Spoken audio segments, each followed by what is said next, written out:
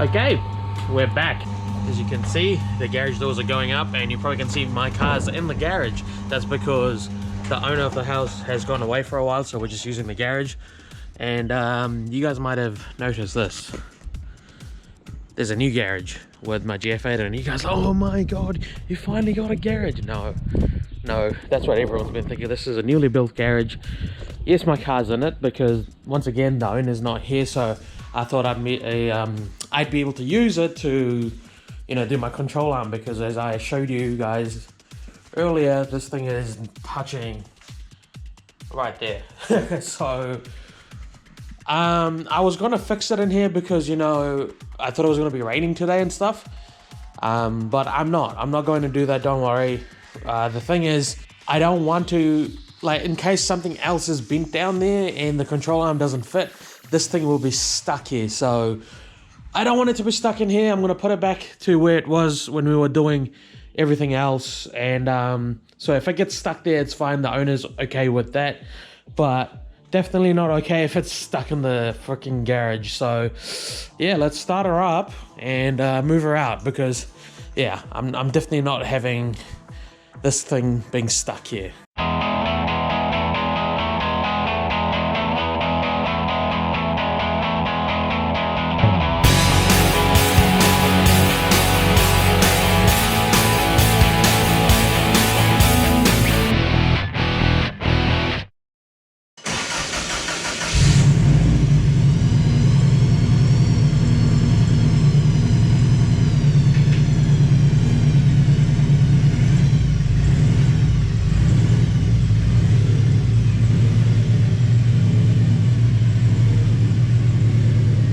Damn, this thing looks pretty beastie with the front mount and no bumper look. But yeah, definitely don't want to take the risk of it being stuck in there, just in case the new control arm doesn't fit, because it's a little bit bent or something, you know, can't take that risk. But it is really interesting to drive this thing when the steering wheel is literally on the piss. So yeah, let's get this. Oh god, which way am I going? I can't tell. Okay. Man, I hate driving it with a bent control arm because it makes clunking noises and everything. It's not good right now, it's sick. Not a good sick. Oh, I'm gonna hit the mail. This is my turning radius right now, it's not very good.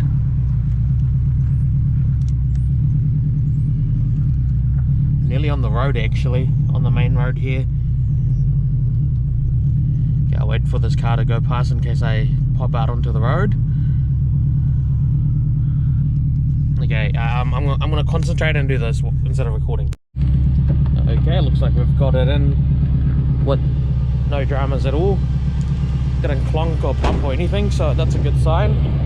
Let's see what the wheel's looking like. Funnily enough, it's kind of moved a little bit away from it, which is fine. Hopefully the control arm fixes it today. Hopefully. So yeah, let's go get all the tools and get cranking, see how we go. Also, just a quick mention, I'm actually not supposed to be using this garage anyway. It's not meant for me, it's not meant for the Subaru, it's meant for junk stuff and all sorts of stuff that the owner has. All her belongings are going to be in there. That's not for me, so just clearing that out for anyone who's wondering. So Cody sent me a new control arm, which is actually for the driver's side. I tried to take the boot off because I was going to try to replace it to this one, but I ended up fixing that one. He sent me he didn't notice, but he ended up sending me the driver's side. So I was like, dude, you've sent me the wrong thing. So he ended up supplying me with another one, which I paid for from Pick Apart. And there it is. That's the passenger side. So we're going to try to pop this in. Same stuff, exact same thing. So we're just going to use Lily, which had a broken alternator, which I replaced, by the way, but I never filmed because I know no one's interested in this thing. She sounds really cool on cold startups. Sounds like an old V8. It is a V6.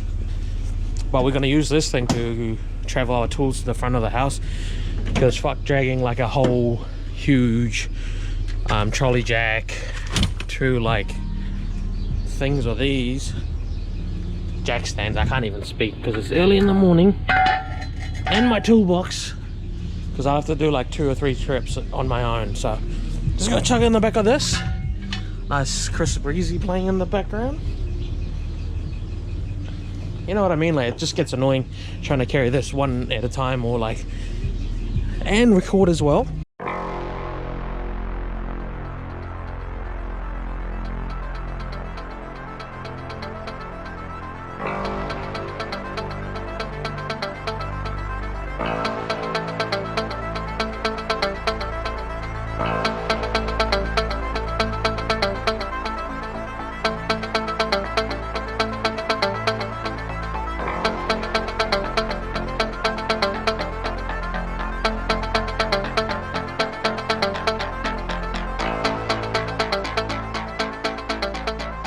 So I've got myself sussed. I've got myself a CRC, a torch just in case, mallets, my other toolbox. I just walked in and went and got it. It's just got all my unnecessary like excess stuff. And yeah, we're gonna jack this thing up. Got my music sorted. I know it would be ideally good to use a garage to have all this stuff around, your music and stuff, but sometimes you have to do it out in the open because it's not your place. The facilities are there, but sometimes you're just not allowed to use that. So yeah, you can't do that. So sadly, this has to be done. It is a very important job, otherwise this car just stays stuck here. Other than that, I don't want this thing to be stuck in the garage in case something happens today. So that is the other reason, because the owner would not like that. So we will just get in and attack the control arm now. I'm sure it's going to give me some problems, so that's why I have this.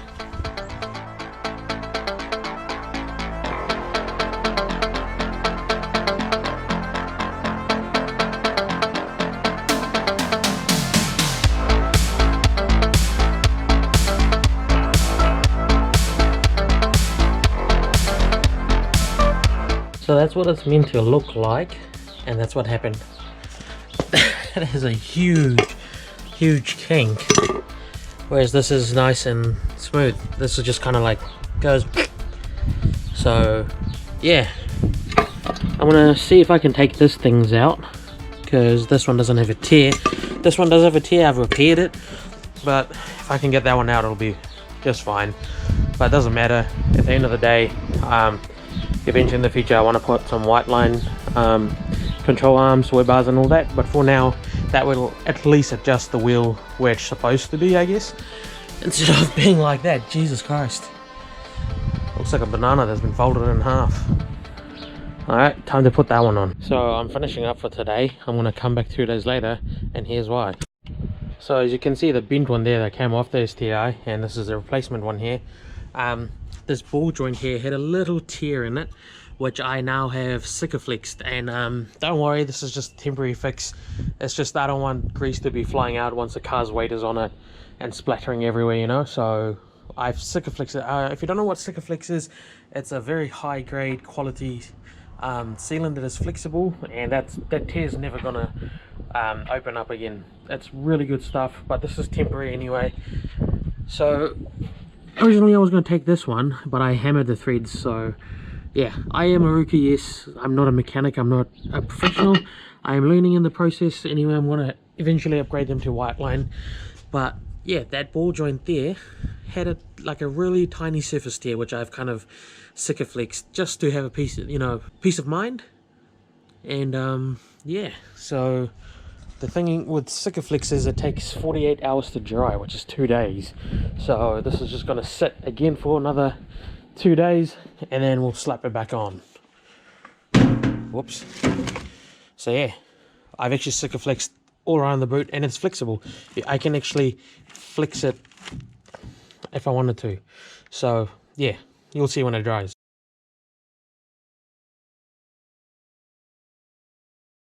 So back on the GoPro, it's all finished, everything is cleared, like it's back to normal, heaps of space back there. So we're just going to go for a little bit of a test drive, make sure there's no clonks or any more weird noises. Alright, I've just got the camera on me so you guys can see my reaction. If there's any weird clonks and stuff, then you'll know. Okay.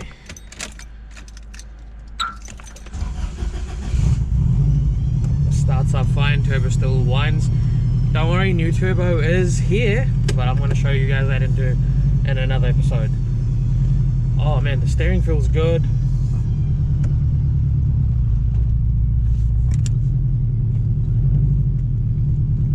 My steering wheel is a little bit loose just because I'm only the tighten my steering wheel itself.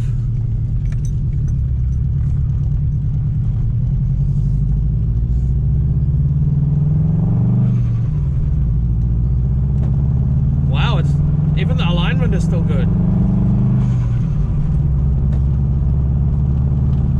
No funny noises, just my door card that I need to fix. Ah, she's good, man. How's the steering? Steers really good. This is awesome. This is good. I'm super stoked with this.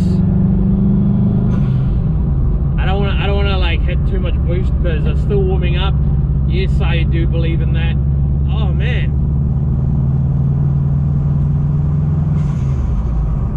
This feels good. It actually feels a bit better than before. What the fuck? This is out of it. But as I said to you guys before, pretty much what happened was during the crash, it didn't bend on like impact. It just kind of bent when we were pulling it out with the winch because it was a slow pull, so it was slowly kinking, and that didn't really affect anything else. That's why it's driving perfectly fine. It actually drives better than before, which is awesome. So I'm gonna let it warm up and hit a bit of boost. Okay, let's go.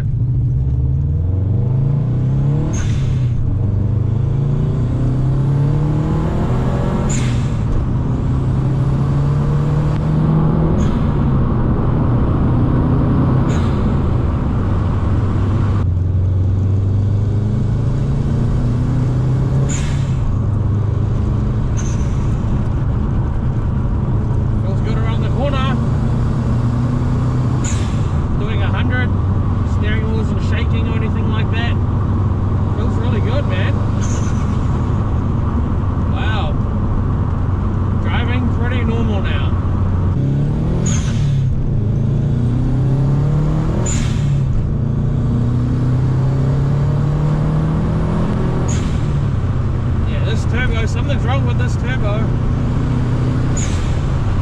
because it loses PSI. So it doesn't matter, I've got a brand new one which I'm going to reveal to you guys very soon. But if you're my friends on, if you have me on Facebook, you've probably already seen it by now. But man, this thing handles really well now. Like it's, I don't know, maybe I adjusted something down there, but it feels really good.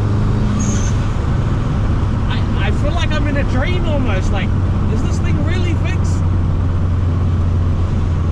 Wow, that's so good. I'm so happy with it. Like, honestly, super stoked. So good, so good.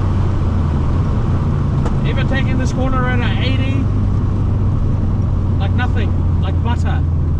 Awesome.